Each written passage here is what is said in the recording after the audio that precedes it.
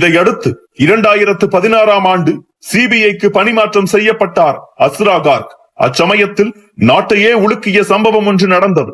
டெல்லிக்கு அருகே உள்ள குருகிராமில் அமைந்திருக்கும் ரியான் சர்வதேச பள்ளியில் படித்து வந்த 7 வயது சிறுவன் கழிவறையில் மர்மமான முறையில் இறந்து கிடந்தார். சந்தேக கணைகள் பள்ளி வாகன ஓட்டுநர் பக்கம் திரும்ப அவரை கைது செய்தது காவல்துறை. இந்நிலையில் இவ்வழக்கு விசாரணை சிபிஐக்கு மாற்றப்பட அஸ்ரா கார்க் தலைமையிலான குழு இவ்வழக்கை தீவிரமாக விசாரித்தது.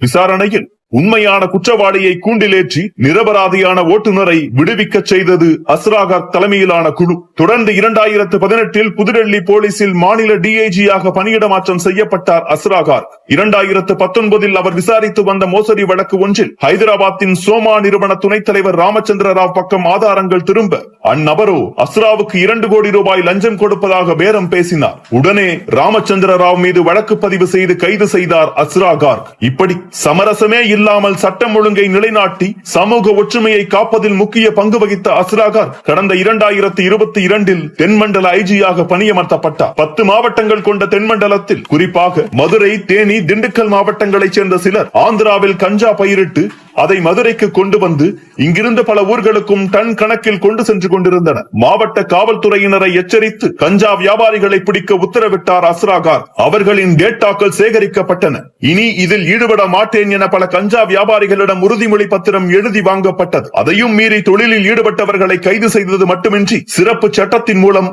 அவர்களின் சொத்துகள், வங்கி முதலீடுகள் அனைத்தும் முடக்கப்பட்டன. அப்போது அஸ்ரா கார்க் தன்னுடைய சகாக்களுக்கு வாக்கியில் கொடுத்த உத்தரவுகள் மக்கள் மத்தியில் பாராட்டுகளை குவித்தன.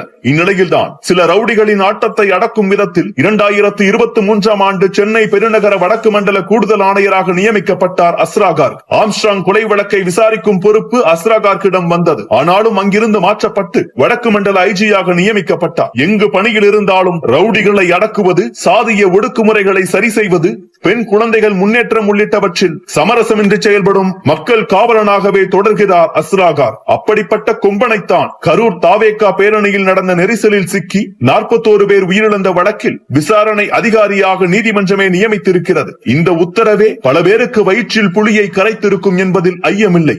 ஏனெனில் அஸ்ரா கார்க்கின் வரலாறு அப்படி.